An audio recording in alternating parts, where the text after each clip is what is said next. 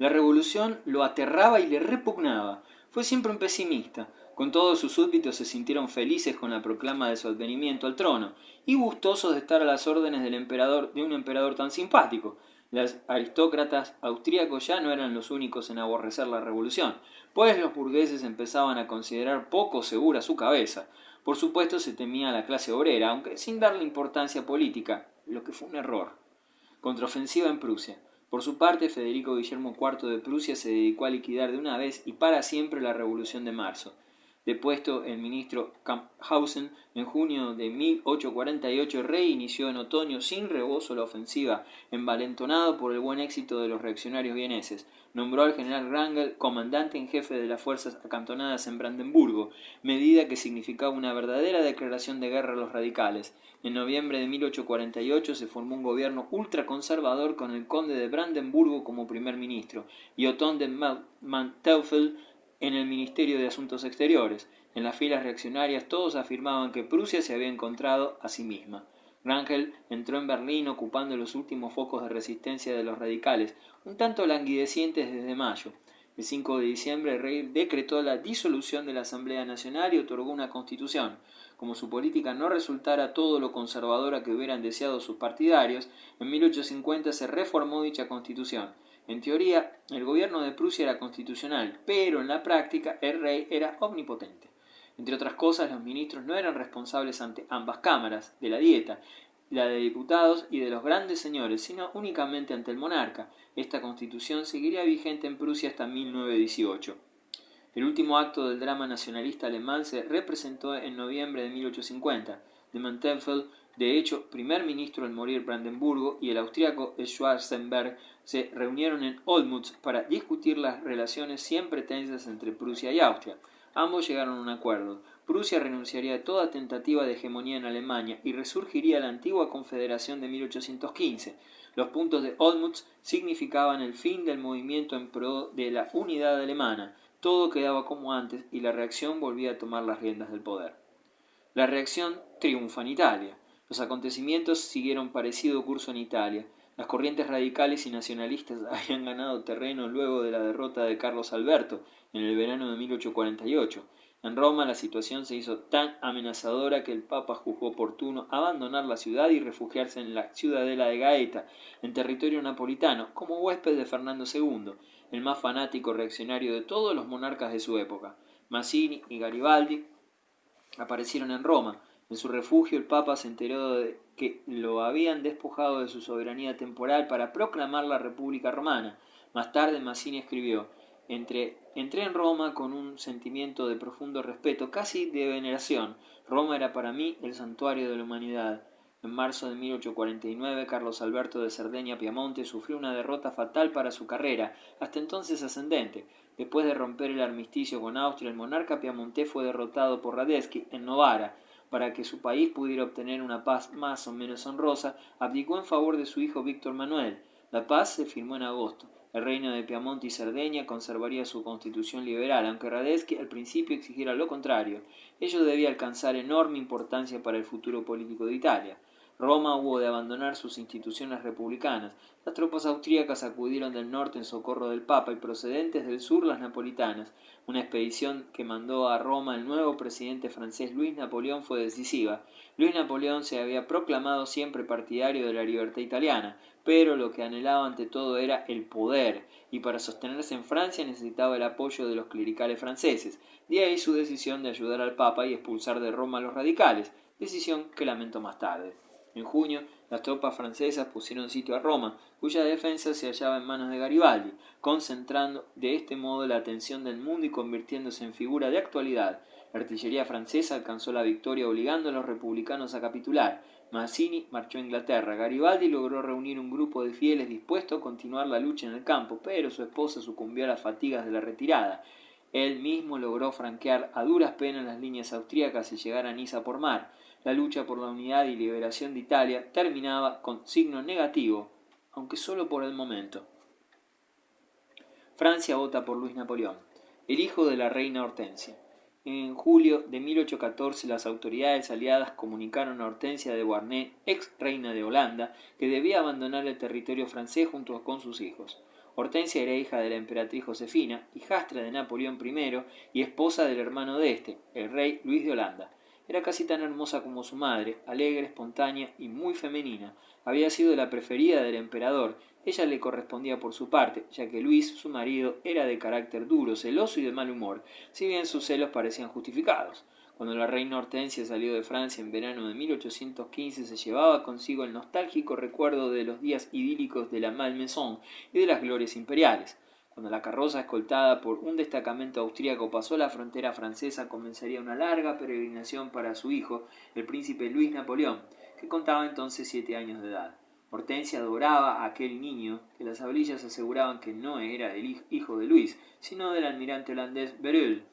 La larga peregrinación de Luis Napoleón no terminaría hasta el 20 de diciembre de 1848, al instalarse en el Elíseo, y aún podría decirse que duró casi 60 años, hasta 1873, en que quien fuera Napoleón III murió en su exilio inglés de Chislehurst.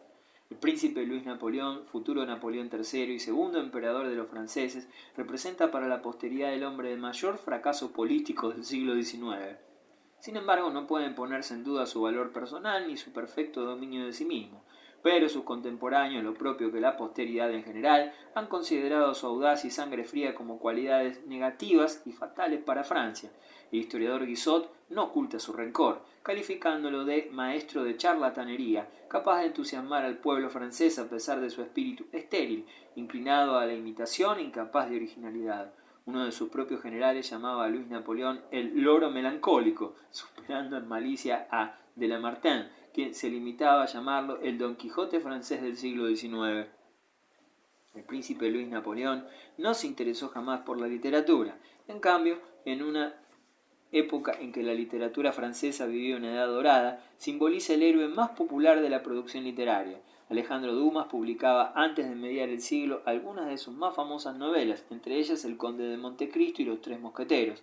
Es posible que el gran novelista se inspiraba en él. Las novelas de Dumas aparecen colmadas de combates, duelos, mazmorras, fugas y amores tumultuosos. Sus personajes evolucionan en un mundo de espadas, botellas, brillantes uniformes, bellas mujeres, caballos y cofres llenos de oro. La existencia del joven príncipe fue precisamente todo eso, viviendo idénticas situaciones y el mismo escenario. Cuando no intervenía en una conspiración o una operación militar, se pasaba la vida huyendo por los caminos.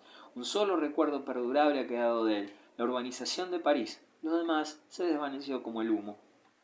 Luis Napoleón se había educado en Suiza, Alemania e Italia. Quienes lo conocieron en su juventud decían que era un muchacho amable y muy sensible, con cierto dejo de melancolía y profunda necesidad de ser amado, simpático y de buenos modales, un adolescente concienzudo y sincero al ofrecer su amistad, aunque algo sombrío, introvertido y muy soñador sobre todo.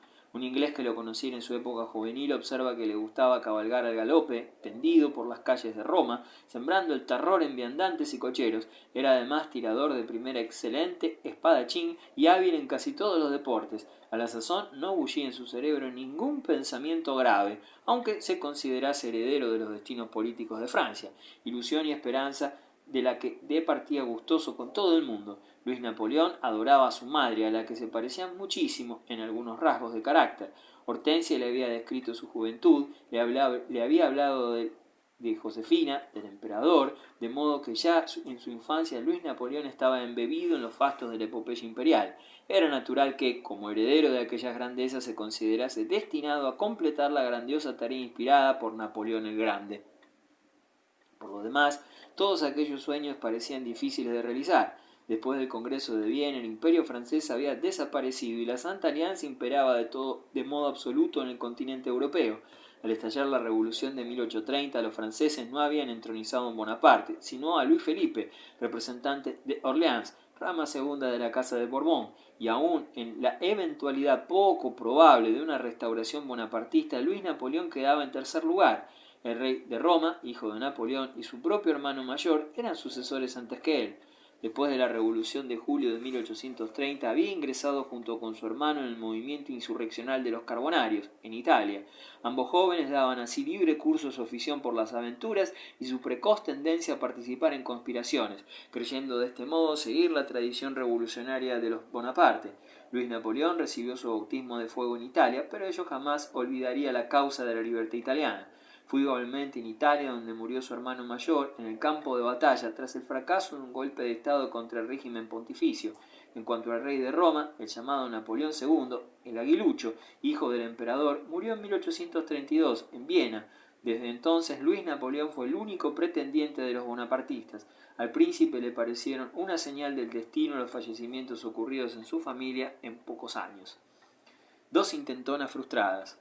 La esfinge del Sena fue considerada un ser fascinador y enigmático.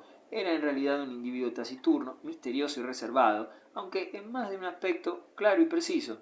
En el transcurso de los años siguientes actuaría sin reserva alguna. Hizo todo lo posible para llamar la atención y demostrar al mundo su existencia actuante, su valor y el sólido fundamento de sus reivindicaciones. Luis Napoleón montó en escena una auténtica opereta política, un espectáculo en que se jugaba dinero y también la cabeza. En 1836 el joven príncipe dio un audaz golpe de estado en Estrasburgo. La ciudad era al propio tiempo que una de las más importantes plazas militares, el lugar más prestigioso en cuanto a la tradición revolucionaria. En Estrasburgo se había compuesto la Marsellesa, en una ardiente noche de primavera, en pleno entusiasmo revolucionario. En el regimiento allí destacado había servido Napoleón en su juventud. Estrasburgo parecía predestinada para un golpe de estado bonapartista y servir de trampolín para una marcha sobre París. Una mañana de octubre de 1836, Luis Napoleón, acompañado de un reducido grupo de adictos, se presentó a arengar a dicho regimiento, que consideraba como el núcleo de su futuro ejército. El comandante del mismo lo recibió calurosamente, por ser un veterano de Waterloo, y se puso a disposición del príncipe. Unos discursos apasionados y elocuentes terminaron con gritos de Austerlitz, Edmund, Wagram y «Vivan el honor y la libertad de Francia», mostrándose acto seguido un águila napoleónica a la tropa. Luego se oyeron gritos de «¡Viva el emperador!», pero la intentona no pasó de ahí. El general comandante de la plaza no se proponía en absoluto marchar hacia París bajo las banderas de Luis Napoleón. Juzgó más prudente cortar de raíz las ilusiones del joven optimista, mandándolo con buena guardia a responder a París de sus arrebatos. Otra opereta política, acaso más espectacular aún, la representó Luis Napoleón en Boulogne. En junio de 1840, el gobierno francés había enviado una expedición a Santa Helena para conducir los despojos mortales de Napoleón al Palacio de los Inválidos. Luis Napoleón apreció evidentemente el noble gesto, pero no tanto el hecho de que los restos de su tío fueran confiados al cuidado de un Orleans, a Luis Felipe, rey de los burgueses. En su opinión, nadie sino él, heredero del emperador, debía figurar en primera fila en tan memorable ocasión. El príncipe decidió intervenir a su modo. En Londres, donde residía entonces, fletó un barco y con un reducido grupo de fieles embarcó una mañana de agosto con armas, uniformes y un águila viva. La travesía hasta Boulogne transcurrió en medio de la mayor exaltación. Una vez en París, en pocos días iban a entrar en la historia tan seguro como que brilla el sol. La aventura terminó en Boulogne. A poco de desembarcar, el príncipe paró en la cárcel, con uniforme de general. Luis Napoleón había conducido su pequeño grupo al cuartel, confiando en que se le uniría a la guarnición. En efecto, el cuartel le abrió sus puertas, pero fue para expulsarlo enseguida. Luis Napoleón trató de refugiarse en su barco y se arrojó al agua, pero fue perseguido a nado por los policías, que lo apresaron. Luis Napoleón había vivido en dos ocasiones un dorado exilio en Londres, una vez en 1838-1840 y otra en 1846-1848, llevando una existencia fastuosa y alegre, sobre todo durante el primer período, cuando se hallaba aún bien provisto de dinero. Al fallecer su madre en 1837, le había dejado un capital que producía 5.000 libras de rentas anuales. El proscripto tenía un palco en la ópera y residía en una mansión espléndida, que Disraeli admiraba mucho, con un mobiliario lujosísimo. Celebraba fiestas suntuosas en compañía de sus amantes, mientras, como decía uno de sus amigos ingleses, trabajaba infatigablemente y con la máxima energía en la misión que el destino le confiara.